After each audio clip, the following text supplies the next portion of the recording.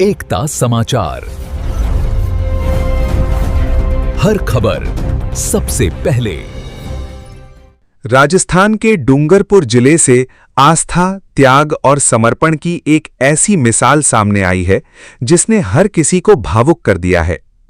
आसपुर तहसील के खेड़ा सामोर गांव निवासी किसान अमरजी गौतम पाटीदार ने अपनी करीब 1.5 करोड़ रुपए की पूरी पैतृक संपत्ति भगवान श्री सांवलिया सेठ मंदिर ट्रस्ट के नाम दान कर दी है। दान की गई इस संपत्ति में करीब 10.15 बीघा कृषि भूमि, 30 आम के फलदार पेड़ और रहने के लिए बना 4 मंजिला मकान शामिल है, जिसकी कीमत लगभग 1 करोड़ रुपए बताई जा रही है। गांव वालों के अनुसार अमरजी का विवाह बचपन में ही हो गया था, लेकिन लगभग 15 वर्ष की उम्र में उन्होंने सांसारिक जीवन का त्याग कर ईश्वर भक्ति का मार्ग अपना लिया। वर्ष 2016 में उन्होंने अपनी पूरी संपत्ति सांवलिया सेठ को समर्पित करने का संकल्प लिया, लेकिन जमीन पर बकाया ऋण, अलग अलग खातों और कानूनी प्रक्रियाओं के कारण यह कार्य करीब 10 वर्षों तक अटका रहा। इसके बावजूद अमरजी ने हार नहीं मानी।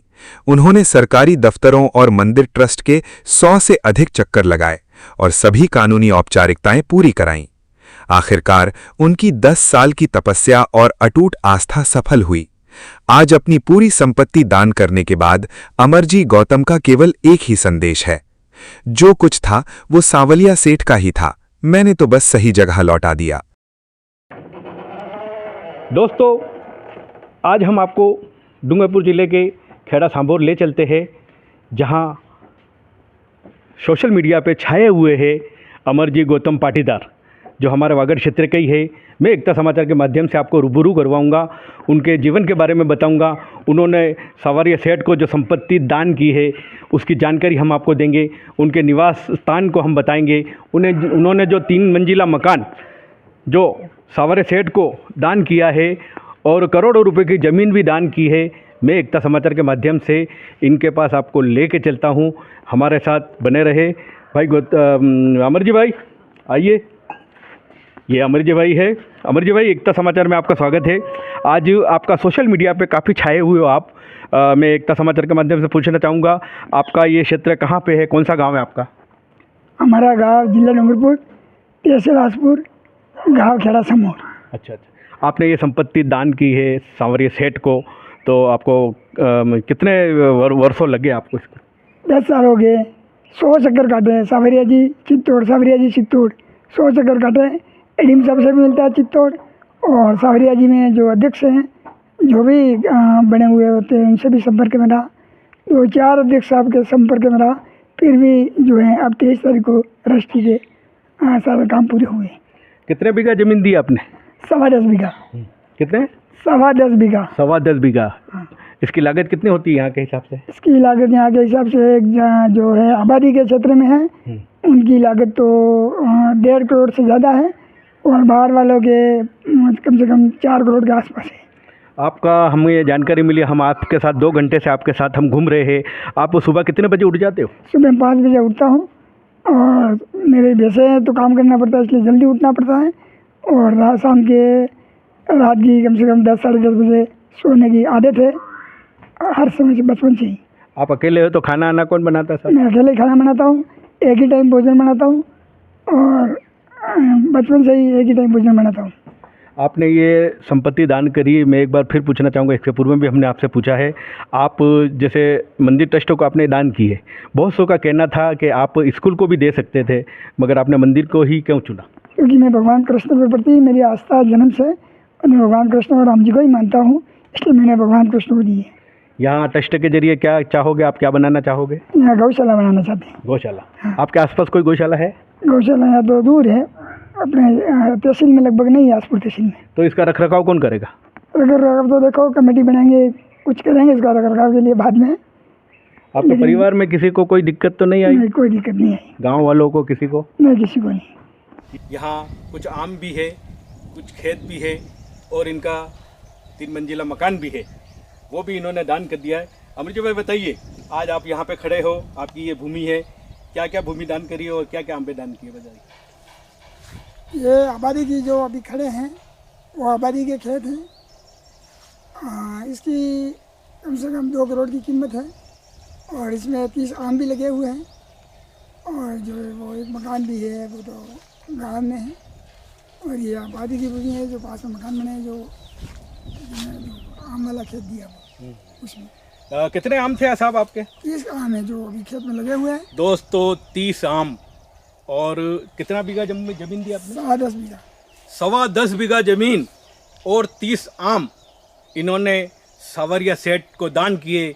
ये ऐसे पहले दानी हमें नज़र आ रहे हैं, क्योंकि करोड़ों की संपत्ति सावरिया सेठ के यहाँ पे जाती है। कोई सोने का ताज चढ़ाता है, कोई सोने की गाड़ी चढ़ाता है, कोई सोने के आभूषण चढ़ाता है, सभी चीज़ें अलग अलग। मगर ऐसे पहले भमाशा दिखे जिन्होंने अपनी अंचल संपत्ति, बाप दादा की संपत्ति जो है वो सावरिया सेठ को दान किए। इसके अलावा हमने सुना है कि आप कुछ रकम भी दे रहे हो, रकम भी आपने दान की है, क्या दिया? मेरे पिताजी की जो कान की जो मरकी कहते हैं वो भी मैंने 13 साल पहले भगवान को दान कर दी है। अभी 1 किलो चांदी है माँ की, वो भी चढ़ाने की जो है, लेकिन अभी वो देह पहुँच गए। देह उठने के बाद में दीपावली के बाद में उनको भेंट कर देंगे भगवान। इनका कहना है कि दीपावली के बाद इनके माँ की जो गहने होते हैं हमारे यहाँ पे पाटीदार समाज में जो पहने जाते हैं वो 1 किलो से ऊपर है, वो भी ये दान वहाँ सावरिया सेठ में जाकर दान करेंगे। अमर जी भाई, एक और जानकारी मिली हमें कि आपने ये सारी संपत्ति दे दी, आप अकेले हो और अकेले खाना बनाते हो, अकेले आप सब करते हो, कैसे करते हो ये सारा गुजारा है? जो भगवान की मेहरबानी से सब चल रहा है। वैसे है मेरे पास छोटे मोटे 19 और 2 साल से एक टावर लगा के गए एयरटेल का, 5,000 महीने में वो खाते में डाल देते पैसे और पेंशन से और पैसों के से गुजारा चलता। आप चाहते तो ये सारी संपत्ति बेचकर आप ऐश कर सकते थे, 4 व्हीलर गाड़ी ला सकते थे, आलीशान बंगला भी बना सकते थे, मगर आपने सावरिया सेठ को ही क्यों दान करने का चुना? मैंने जीवन से मेरी आस्था भगवान कृष्ण के प्रति है। मैं व्यर्थ 1 रुपया भी खर्च नहीं करता हूँ और खर्च करना पड़े तो भगवान के प्रति पूरा जीवन और पूरा शरीर जो भी खर्च करना पड़े। और मेरे मन की ये भावना है जो अपना जो भी है वो भगवान के प्रति समर्पित है। मैं और कहना चाहूँगा कि आपने ये आपकी सभी जगह, थोड़ी थोड़ी जगह थी आपकी, क्या प्लॉट था, कैसे क्या था? वो टुकड़ों में थी तो रदल बदल करके एक प्लॉट किया 8 बीघा का और 2 बीघे के दूसरे खेत हैं, सब यूँ करके 10.5 बीघा करके भगवान को दी है। बाकी भी दीपावली के बाद जो भी है वो कुछ अड़चन है आयुष में, तो दीपावली के बाद 2-3 बीघा और भी करने की है और दीपावली के बाद और भी कर देंगे सावरिया सेठ के नाम से आभूषण है। आप चाहते हैं तो हमारे यहाँ पे बेणेश्वर धाम है, यहाँ पे पास में वटलिया धाम है, आपके यहाँ पे भी बहुत बड़े मंदिर है, वहाँ पे भी दान करते हैं। आपने सावरिया सेठ को ही क्यों? नहीं, वो ट्रस्ट जो गवर्नमेंट थ्रू है उनमें एडीम साहब भी देखते हैं, कलेक्टर साहब भी देखते हैं और जो है कमेटी वहाँ अच्छी बनी हुई है और भगवान के प्रति अपने आसपास के चारों जो भी भावना के आधार पे ज़्यादा लोग वहाँ दर्शन करते हैं, उनके जो है ज़्यादा मानते हैं सावरिया सेठ को, उसके आधार पे मैंने भगवान को। किन किन लोगों ने और किन किन अधिकारियों ने आपको सहयोग किया? मैंने वो अभी जो रजिस्टर हुई वो अध्यक्ष साहब हजारी लाल वैष्णव जी की मेहरबानी रही। कहाँ के ये? जो मंडल के अध्यक्ष है, जो मंडपिया के अध्यक्ष अभी हजारी लाल जी वैष्णव जी है, उनकी मेहरबानी रही। दिनेश जी धनखड़ जी एडीएम साहब है, उनकी मेहरबानी रही। पारक जी जो उप तहसीलदार साहब थे, उनकी मेहरबानी से यह सारा अभी रजिस्ट्री का प्रोसेस चला। उन चारों की मेहरबानी से 10 साल से जो मैं प्रयास कर रहा था वो सफल नहीं हुए, लेकिन चारों अधिकारियों की वजह से अभी सफल हुए। मैं पूछना चाहूँगा कि कितने साल लगे आपको ये सारी संपत्ति वहाँ दान करने में? मेरे को 10 साल हो गए चक्कर करते करते, चित्तौड़ सावरा जी। इसी महीने में मैं 7 बार गया हूँ, जब ये 23 तारीख को रजिस्ट्री का काम पूरा हुआ है। पैदल भी गए आप, ये सुना मैंने? पैदल भी पहले टाइम पे ज़्यादा था, अभी तो मेरे पास भैंसे हैं, जो टाइम नहीं मिल रहा है। कितने भैंसे अपने पास? छोटी मोटी 19। दूध कितना देती है? 3 भैंसे दूध दे रही है, 2-4 भैंसे अभी बियाने की तैयारी में है। गुजारा कैसे चलता है आपका जब आप अकेले हो और अकेले रोटियां बनाते हो, अकेले खाना बनाते हो, तो आपका गुजारा कैसे चलता है? और यहाँ पे जैसे खर्चा कैसे निकालते हो आप? खेती बाड़ी से जो भी पाती पे दे रखी है, जो भी पाती पे अपने बाग में आए वो देते हैं उनसे भी।